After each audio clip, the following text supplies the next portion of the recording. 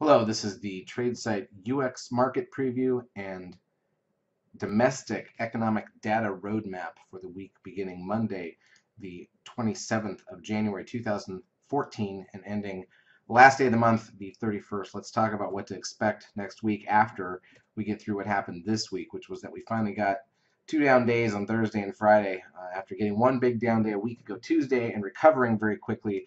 Finally got a down day on Thursday and an even bigger down day on Friday. This is that selling that we were looking for after the run up late last year. Nobody wants to sell their stocks in the last week of the year. Here's a look at the S&P daily chart. This is the S&P 500. Remember, we got that 13 sell signal in December, and I warned everybody that that may not hold just because you're right at the end of the year. There's not a lot of reasons for people to sell, and those 2 weeks with Christmas and New Year's, we in fact ran up 9 days straight and topped out right there, broke through that 13 in the process. So a little bit of fundamental analysis to go with the technical signal, and we've just been waiting through January to see if it was going to lead to a rollover or not. And we waited for earnings late in the month for it to start to happen after one head fake right here that recovered to new highs and got the high close on the S&P 2 days later. Then we were flat for a few days. We had a Monday holiday this last week, and we rolled over, and now we are heading down clearly, and I think it's obvious that this static trend line, the red line, going to be the level we're going to want to watch as we decline here. But a couple good days down, I wouldn't be looking for an upside move. Actually, I was shocked last week when we got that options. It was the options unraveling move on that Tuesday that took us back up, and that was kind of a shocker. I don't think we would have gotten that bounce without options unraveling. So here we are now. None of this looks particularly good. I'm not in the alarmist camp. I like pullbacks in the market. I like movement. I'd like to see it without gaps like we've been getting because those are tougher to trade.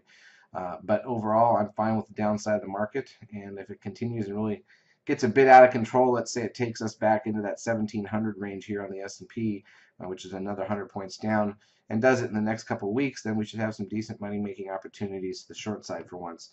And that's after, as I wrote in last weekend's, or the report about the summary of 2013 that I wrote in our market blog. You can go read that.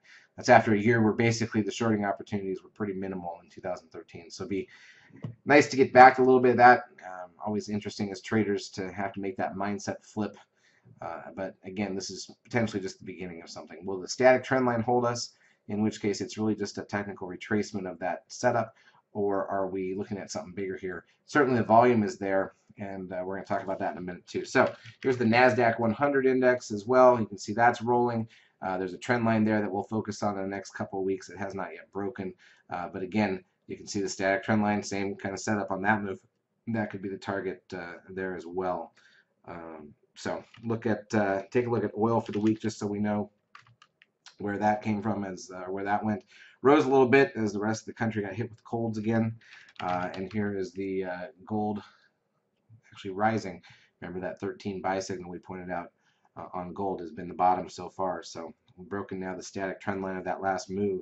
It's very bullish on the gold signals. Let's take a look at some of our key trading stocks that we like to follow. Here's Apple. Was actually one of the few stocks up yesterday, which was the first day down in the market, and so now today it's down on Friday. So that kind of washed. So it doesn't look as bad yet as it probably will soon. Here's Google cracking or coming close to cracking a trend line. We're going to want to watch the line from here to here to here to here. Not there yet, but certainly Google benefited not only from the end of the year run up, but even into January. Here's a look at Amazon. This is one that's been favorable, and this does not look good at all, does it? And look at where that static trend line is, down under that 320 area. Ouch! That is a classic Seeker 13 sell signal. The pink risk line used perfectly, finally rolling over. And if that's the signal, look out, because the red static trend line could be the target on Amazon. Here's a look at Netflix. Gapped up this week, was up 75 points on the open on Thursday post earnings. That's a big move there. Here's a look at Tesla, another one that we trade. This one's been positive. It was down today, as was just about everything else in the market on Friday, I mean. And finally, let's take a quick look at Twitter, which actually so far has held up this week anyways, the high right at the end of last year. Let's take a look at the volume. I mentioned volume, and this is what's important. Closed Friday at about 2.2 billion shares on the Nasdaq. But look at the volume in January, and look how fast. We knew the last week of the year is always horrible, brings the average down. This is a 10-day moving average on volume. But look, at the minute you get past that into January, the volume has been significantly better, many days above 2 billion shares, and we actually got the 10-day moving average above 2 billion shares. That did not happen once all of last year, as I said in the end of year market summary. So this is a lot of volume occurring, and it's only now starting to turn into a move in the market, which appears to be the downside. So that's interesting. From a trading perspective, certainly you expect when you get volume to see better trades. So for example, this ARIA that we had on Friday, even though the market got crushed, we had this long trigger over 775. These types of nice patterns breaking out. Look at the volume on the stock when there's volume in the market. Big move up. That's the type of stuff we should see more and more. But again, we prefer to do all this without gaps in the market. And this week we certainly had the gaps. So here was, remember, Monday was a holiday. So this chart, matter of fact, let me broaden it out so you can ignore that. So this little action you see here was the partial little session Monday that doesn't count. So here's Tuesday, a little gap up. Filled and closed pretty flat. Wednesday was as dead flat as you can get. Remember, we're in the core 8 days of earnings, right? So right here is a point where everybody's waiting to see what some of the key stocks are going to release and say about guidance going forward. And even though Netflix gapped up Thursday and Microsoft had earnings after the bell Thursday and gapped up Friday, overall, people were not impressed with the guidance that CEOs have given moving forward. So Wednesday was our big gap down and a little bit further decline. It looked like a gap and go early, but it did recover part way back. So it basically closed inside the opening 5-minute bar after all that, which is interesting. And then Friday gap down again, and this time it was a pure gap and go day. These are the days where it looks like just pure selling. I mean, in other words, from the point that you open, it's not that we actually traded these 12 points here, but the point that you open, people were selling stocks, and that's not a positive sign. And in fact, 2 days in a row like that, it's been a while since we've seen that. So definitely be on guard for a change in trend. Obviously, we should start to see more short ideas in our main trade report calls as they have a chance to sort of set their patterns up on the short side. So I would expect that we're going to get a little bit more of that. The problem is, in terms of trading, not really a lovely week when you get these gaps. And here's the Nasdaq side, just so you're aware. Look at the Nasdaq. Even on Wednesday, the gap down, it closed higher than it opened. So that's negative early, not nearly as big of a move, but then Friday, gap down and go, and that's the problem day right there. That is not pretty, and that's halfway through earnings season. So what do we look at the week ahead? There's a lot to focus on this week as opposed to the last 2 weeks, which were kind of choppy, and I want to get straight to that. So here is the economic calendar for the U.S. for the week ahead. Now, Monday, new home sales, not a big deal. Also, when you're in the middle of the core 8 days of earnings, which started last Tuesday and then this next Thursday with Google, Friday and Monday can be a little slow. It's like the eye of the tornado or eye of the hurricane. So I don't know what to expect necessarily on Monday, but certainly after this big move Friday, we could see something, right?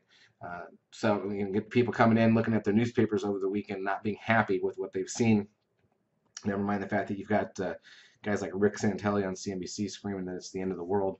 Of course, he's been screaming that for the last year while the Nasdaq was up 30-some%. So I guess 2 days down proves his point. Here's a look at Tuesday. We've got durable orders, Case-Shiller 20-city index, and consumer confidence. That can be a big number. Now, a 2-day Fed meeting starts on Tuesday, in addition to the fact that we've got earnings Tuesday, Wednesday, and Thursday, a lot of them. So keep that in mind. That usually means the market's not too exciting for a couple hours on Wednesday before we get the announcement, and sometimes even Tuesday afternoon. But with all the earnings and everything else going on, who knows? And what's the Fed going to actually say, now? So we've got the MBA mortgage index, we've got crude oil inventories on Wednesday, and then the Fed rate announcement, 2 p.m. Eastern time. So with 2 hours left in the market, they keep moving that thing around. We're going to have the rate announcement out of the Fed.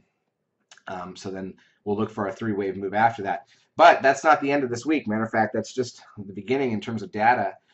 Thursday, we've got the usual initial and continuing jobless claims, but we also have the first look at GDP, U.S. gross domestic product for the fourth quarter. That is a big number that often causes some excitement. Following the Fed and right in the middle of earnings, there's a lot that can happen from that number, I promise you. And then pending home sales, natty gas inventories. And then Friday, personal income and spending, PCE prices, employment cost index, Chicago PMI, Michigan sentiment. But Friday is also the last day of the month.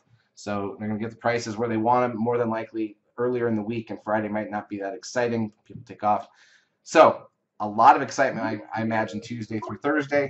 Thanks for being around, and we will certainly help you out with our eSignal 11 charts, our trade calls in the Trade Lab this week. Hope to see you there.